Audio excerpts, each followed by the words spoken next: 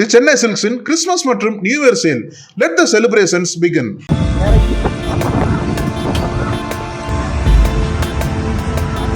உங்க குழந்தைகளை கண்டிப்பா கூட்டிட்டு வாங்க.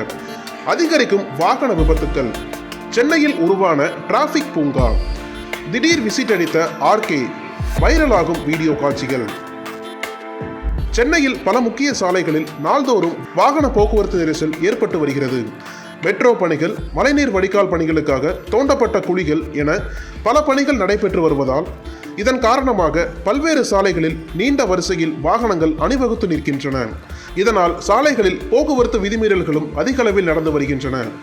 இந்நிலையில் இந்த விவகாரத்தில் மாநகர காவல்துறை சார்பில் பல்வேறு நடவடிக்கைகள் எடுக்கப்பட்டு வருகின்றன. சாலை விதிகளை மீறுவோர்களை நவீன கேமராக்கள் மூலம் கண்காணிக்கப்பட்டு அபராதம் விதிக்கப்படுகிறது. ஆனாலும் இது போன்ற சம்பவங்கள் குறைந்த பாடில்லை. அதே வேளையில் சாலை விபத்துகளின் எண்ணிக்கையை பொறுத்தவரை தமிழ்நாடு தொடர்ந்து முதலிடத்தில் உள்ளது. 2022ஆம் ஆண்டில் தமிழ்நாட்டில் மொத்தம் 64,105 சாலை விபத்துகள் பதிவாகியுள்ளன.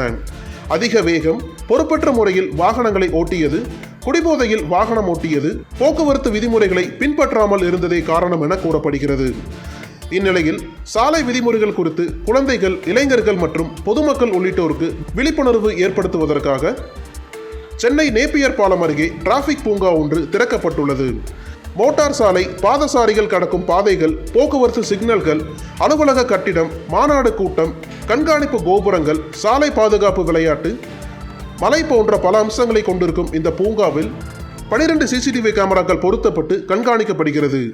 மேலும் பொதுமக்கள் இந்த பூங்காவில் உட்கார்ந்து பேசும் வகையில் பெஞ்சுகளும் அமைக்கப்பட்டுள்ளன. சென்னை மாநகராட்சி சார்பில் 1.5 கோடி ரூபாய் மதிப்பீட்டில் 4137 சதுர மீட்டர் பரப்பளவில் அமைக்கப்பட்ட இந்த பூங்காவில் சிக்னல்கள், சாலைகள் போன்றவைகள் வைக்கப்பட்டுள்ளன. இங்கு குழந்தைகள் விளையாடும் பகுதி, போக்குவரத்து செய்ய வேண்டியவை மற்றும் செய்யக்கூடாதவற்றை இயக்கக்கூடிய LED திரைகள் கொண்ட கேலரி போன்றவை உள்ளது.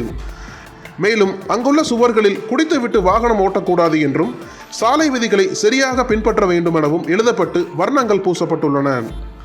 அதே வேளையில் இந்த பூங்காவுக்கு குழந்தைகளை அழைத்து சென்றால் போக்குவரத்து விதிமீறல்களை அவர்கள் எளிதாக புரிந்து கொள்ளும் வகையில், மேலும் இளைஞர்களுக்கு விழிப்புணர்வு ஏற்படுத்தும் வகையில் இந்த பூங்காவானது அமைக்கப்பட்டுள்ளது.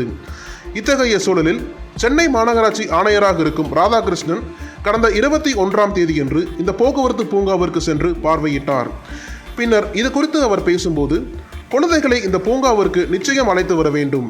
போக்குவரத்து விதிமுறைகளை கடைபிடிப்பது தொடர்பாக அவர்களுக்கு புரியும்படி எளிமையுடன் இங்கு அமைக்கப்பட்டுள்ளது.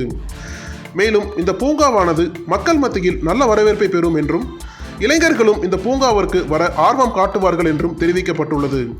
தற்போது சென்னை நேப்பியர் பாலம் அருகே அமைக்கப்பட்டுள்ள டிராபிக் பூங்காவின் வீடியோ காட்சிகள் சோசியல் மீடியாவில் வைரலாகி வருகிறது.